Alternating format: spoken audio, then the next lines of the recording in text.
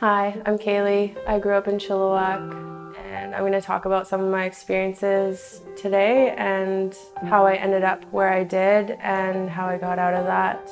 So when things got really difficult, going to school got really difficult. Just being able to attend. It started in the morning. I would get on the bus, different things like yelling things at me, throwing things, spitting on me, dumping juice on me, making up songs and chanting them at me, just ridiculous things. It was hard at home with my mom. She didn't understand really the extent of what was happening and how difficult it was for me to just function.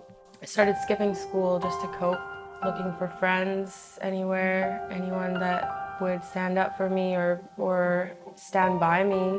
During this time, I really didn't have a lot of friends, and this was a person that was being a friend to me over the phone, over the computer.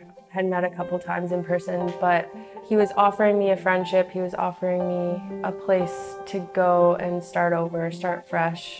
I thought we were going to his mom's house, and we ended up at another young girl's house, and a bunch of young kids were there, and he said, oh yeah, we're just gonna hang out here and we're partying or whatever. Ended up passing out, and when I woke up, this person that I had trusted was raping me, and he left right after. He kind of realized that I knew what was going on. Being raped was kind of the last straw, the last part of my dignity, and I just felt like I deserved to stay where I was, and that all the things that I had been called at high school was really who I was, and I really felt worthless and just didn't really care about life anymore. I really connected with this other girl whose house I was now staying at. So I remember that we were looking for ways to get money, to do stuff. She had these friends that started coming around. Older guys started taking us out. Now looking back, I can see how they just saw us as these two really vulnerable young girls. And so what they did was started kind of testing us out with what we would do and just made it so that we had to rely on them. And I really felt like I didn't deserve any better, and that I had gotten myself into this mess. I had made these choices, and now I deserve to pay the price. They would make sure that we never had enough to leave.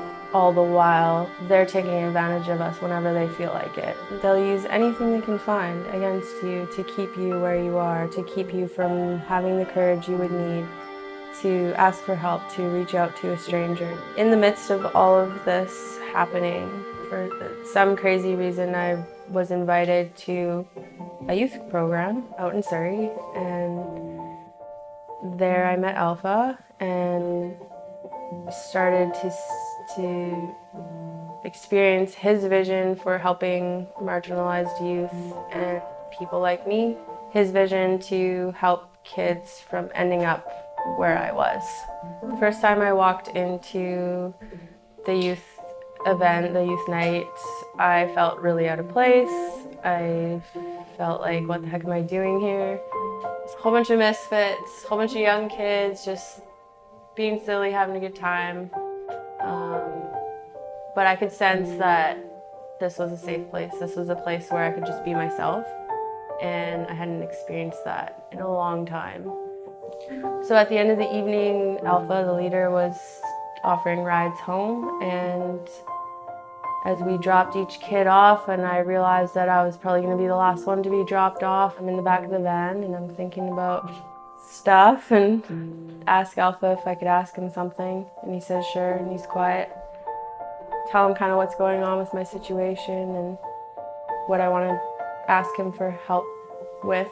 And I will never forget, he says, this is the first day of the rest of your life, and these decisions are really, really important. After being a leader for a while with Help Change My City, I was able to reconcile with my mom. I went home.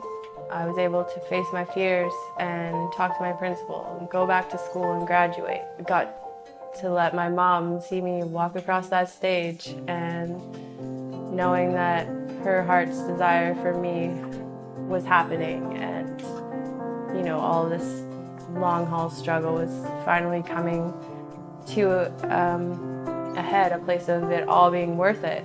Today I am a whole different person. I really found a sense of identity, which was missing for a long time. I was able to get married, and I have 2 kids now. I'm a mom. That was a dream of mine. To have my own family, something that I didn't think was ever going to happen. I didn't think that I was even able to have a relationship with somebody. I really felt messed up. I want everyone here tonight and everywhere to know that you are valuable.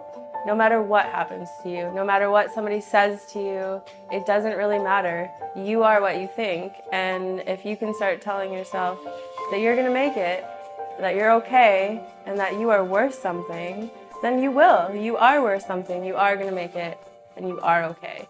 And it doesn't matter what tomorrow brings, you're gonna make it through that.